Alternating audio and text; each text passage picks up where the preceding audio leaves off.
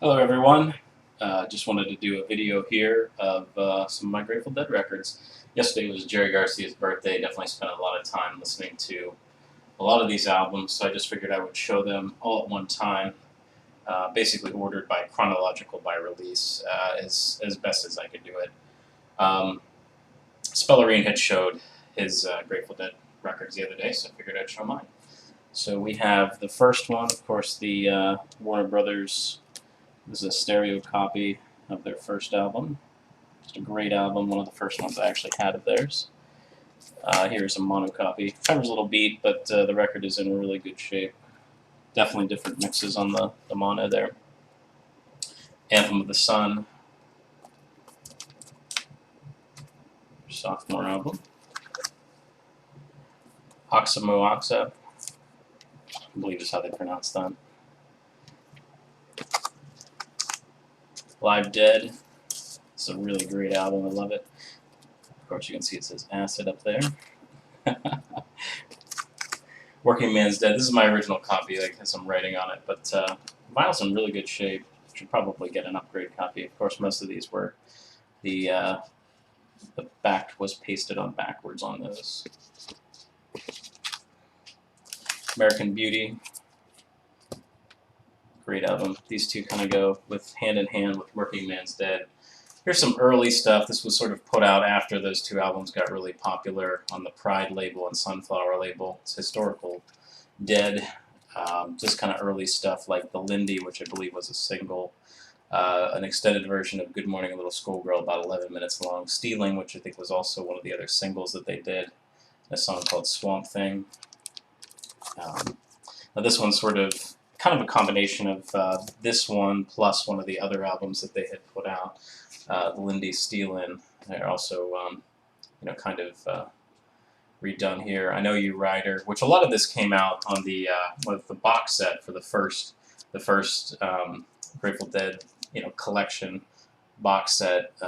There was a double album pretty much that compiled all these songs that were on here. All right, and then the triple live album, Europe '72. It's one of my favorite albums. I just absolutely love it.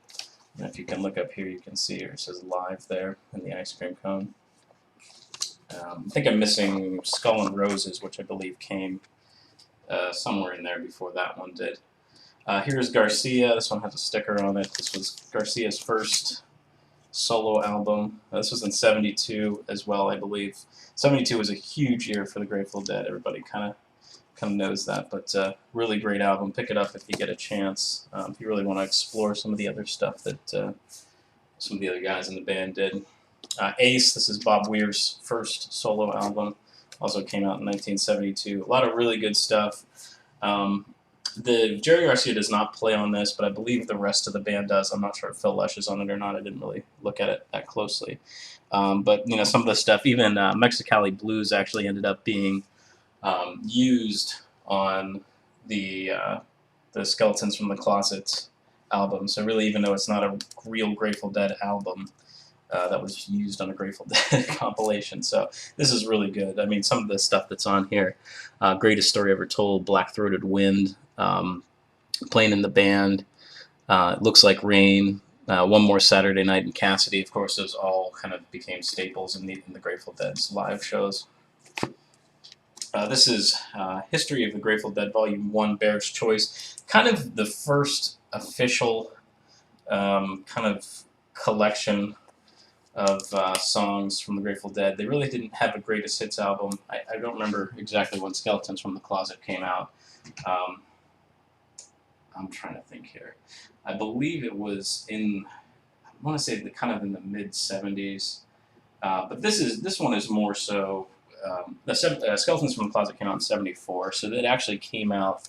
I believe this is in '73. 1973. So it actually came out after this. This is more so. It's live stuff. Bear, of course, was one of the. One of I believe one of the engineers for him. I think it's actually. Of course, I believe that's. Obviously with Volume 1 that there was supposed to be more of these, but it never really came to fruition. But this is, Dark Hollow, which I think Dark Hollow, I think, is on Reckoning, if I remember correctly. Been around I've been all around this world, which is also on Reckoning. Hard to handle. So this is sort of early kind of live stuff. Really good. I mean, it has a lot of stuff with Pigpen in it and stuff like that. Definitely a fan of this one. So. Grateful Dead, Wake of the Flood. This was the first album that they put out on their own label. This is actually part of the distribution deal that they got with Warner Brothers right after 1972 when they were just becoming huge. Actually got this one for free off of eBay. I bought another Grateful Dead album, and there's a little bit of water damage on the cover on this one, but it's in really good shape, and they just threw it in there for me. So really, really cool album. Kind of more of a concept album, but I think to me, this is kind of where the 70s period of the Grateful Dead start. Here is Grateful Dead from the Mars Hotel. And then if you hold the cover upside down, it actually says, I think you have to hold it in the mirror too, but it actually says Ugly Rumors, which is kind of funny. But the Mars Hotel is actually a hotel, and this one has U.S. Blues on it. Again, this is sort of the Ship of Fools, Pride of Cucamonga, Loose Lucy, China Doll, which to me kind of is the Grateful Dead's later period. I think to me that's it seems like that's a lot of their live shows. They really played a lot of those songs. You've got Garcia. Now I think this is Jerry Garcia's. I think I said that first one was his first album. That's actually his second solo album. The first one he did was an album called Who to Roll. This is actually his third. This one is usually known as Compliments, but a lot of, I believe it's a lot of covers, basically. He Ain't Give You None, things like that, Let It Rock. So, of course, this is produced by John Kahn, who played bass on the, I believe, the Al Cooper Super Session, the Live Adventures. So, and John Kahn, a lot of people have said that it was sort of kind of was a bad influence on Jerry Garcia when he was trying to become clean in the late 80s and early 90s, and it's said that he's kind of led to his downfall.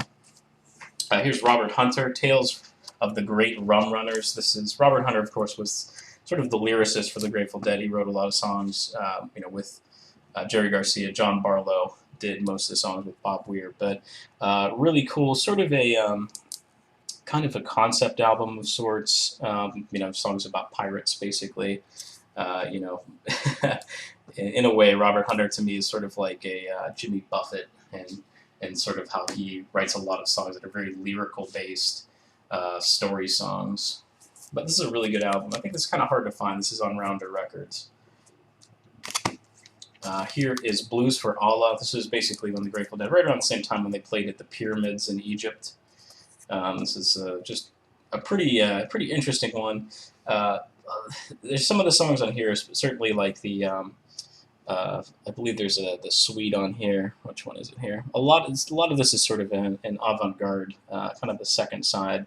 Some of the songs on here, but most of the tracks on this is another one that, I really hadn't explored the middle period of the Grateful Dead until I got this CD that they put out, probably about, I would assume at this point it was probably about 10 years ago, that had songs like Franklin's Tower on it, The Music Never Stopped, things like that, which are, again, these are staples. Like when I think of some of those, the late 70s period, Dick's Picks, a lot of those songs were, to me, I think some of the great songs. They did, like Franklin's Tower and Fire on the Mountain, sort of, they would play those right after each other or before each other, depending on how it went.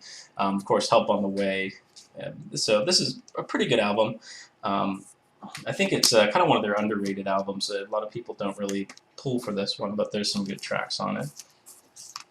This is Jerry Garcia's Reflections. This, I believe, came out in '76, I think. Yes, 1976. Not really. Must Have Been the Roses is probably a big one. Comes of Time, of course. But other than that, this is one I don't really reach for too often. But it's still a good album overall, I'd say.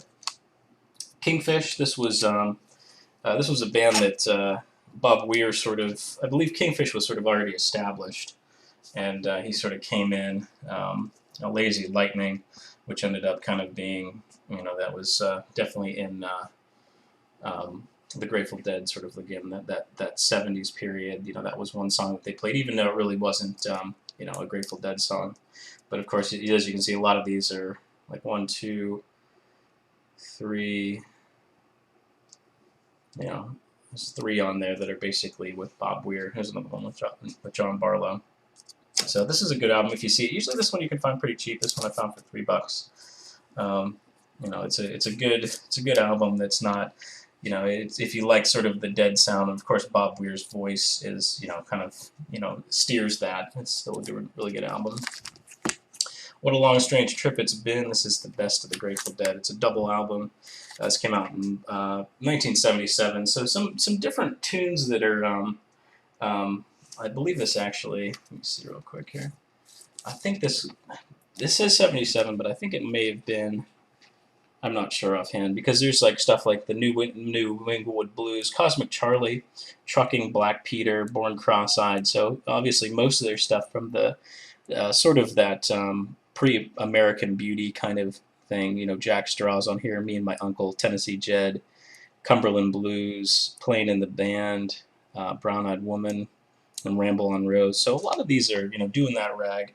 A lot of these are from their very earlier, period things. Really doesn't collect some of the classics from the 70s in here quite yet. So here is Grateful Dead Terrapin Station, probably one of my all-time favorite albums. This came out in 1977. It was actually the first Grateful Dead album that I ever had. I had it on cassette tape. I would later get Go to Heaven and then In the Dark, and then I got Skeletons from the Closet at that point. But this is just a fantastic album. Of course, the one side is the whole Terrapin Suite, which is just just an amazing song, just a very long, meandering sort of tune. I absolutely love it. When I first put this on, I thought about Grateful Dead fans, the stereotypical tie-dye wearing Grateful Dead fans. And when Estimated Prophet came on, I was sort of really confused because to me it didn't make sense that why all these people were wearing tie-dyes and things like that, but yet listening to this type of music. So I can remember a very there's a certain point in my life where I was sort of playing basketball in the front on the driveway, and I had that tape playing. So probably I was about 12 years old. Here is Shakedown Street. Got this at Aurora, which was no longer there, but it was in State College. It was a record store. This, of course, Good Love in France, which was never played live. Shakedown Street, Fire on the Mountain, of course, comes from there. And I Need a Miracle, Stagger Lee, the all-new Minglewood Blues. So, just a great album. I think it's definitely one of those ones that I think it's possibly overlooked. I don't think a lot of people pull for this one, but there's some great tracks on it. Bob Weir, Heaven Help the Fool. So this is also from '78. So this same year as Shakedown Street came out, but Heaven Help the Fool, which has some pretty good stuff on it. Let's see, Easy to Slip, I'll Be Doggone, Wrong Way, Heaven Help the Fool, Shade of Grey, This Time Forget, Salt Lake City, Mom's Away. I got a cutout here. Also the same year, Jerry Garcia Band, Cats Under the Stars, which is a phenomenal album. Just some of the great tracks on here. Ruben and Charisse, Palm Sunday, Cats Under the Stars, of course, Rhapsody in Red, and of course Gomorrah. So this is some fantastic stuff from this album. And of course, a lot of this would make it into their live shows into the 80s. Here is Grateful Dead, Go to Heaven, probably one of their worst albums. This is the DJ copy here, got a long time ago. Probably the big ones on here, Alabama Getaway, Don't Ease Me In.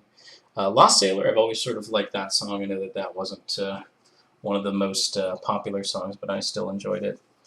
And Saint of Circumstance, which is kind of a very, really has a lot of those 80s sounds. It sounds like disco. There's another copy that I have of that.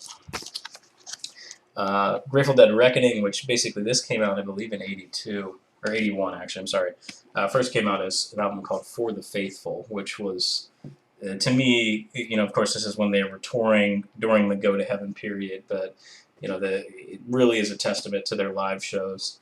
A friend of mine had this CD and made me a tape of it, probably when I was, again, 7th grade, something like that. Cassidy is just a phenomenal song on this one. Do an amazing version.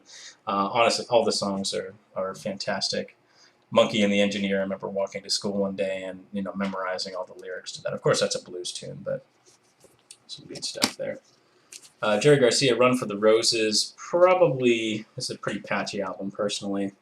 I believe this came out in 84, I think. 82, I'm sorry. So this actually came out right after, year after Reckoning here. Some interesting stuff, but it's probably one of his weaker albums in my opinion. John Conn, of course, is producing this again. This is Robert Hunter. This is Amaganelan Street, and this is sort of it's on Relics Records. Some interesting stuff. Again, kind of his story songs again. He, of course, wrote Scarlet Begonias, which is probably one of my favorite Dead songs. But again, we have this is of course a one-sided song, just sort of a meandering kind of tune. I'm a fan of it, so I don't really pull it out that often, but it's still a good listen. And the last one I have here is Grateful Dead In the Dark. Just a great album. This was sort of has their only hit on it, Touch of Grey, which is kind of funny. Just that cover used to scare the crap out of me when I was a kid. But really, the one thing about this is my brother Esau, which was on the tape, the first time I got the CD and it didn't have it on there, was really like, I was confused. But they added that. It's basically the B-side of Touch of Grey, which I think is a really good song. I mean, maybe it's just something where I listened to it, too much as a kid. But West LA Fade Away, even Tons of Steel. I know a lot of people aren't really fans of Brett and his singing, but Tons of Steel is a really good song. And Throwing Stones, which has that Ashes, Ashes All Fall Down sort of thing that they would play live quite a bit. So there you have it. That's my Grateful Dead family. Of course, there's a lot more. Of course, the David Crosby, If I Could Only Remember My Name, which pretty much featured all the Grateful Dead, I think, except Bob Weir on it. So there's certainly a lot of albums out there that have the Grateful Dead up in them. Of course, New Riders of the Purple Sage is another great example. So thanks for taking some time to watch this, and hope you enjoyed.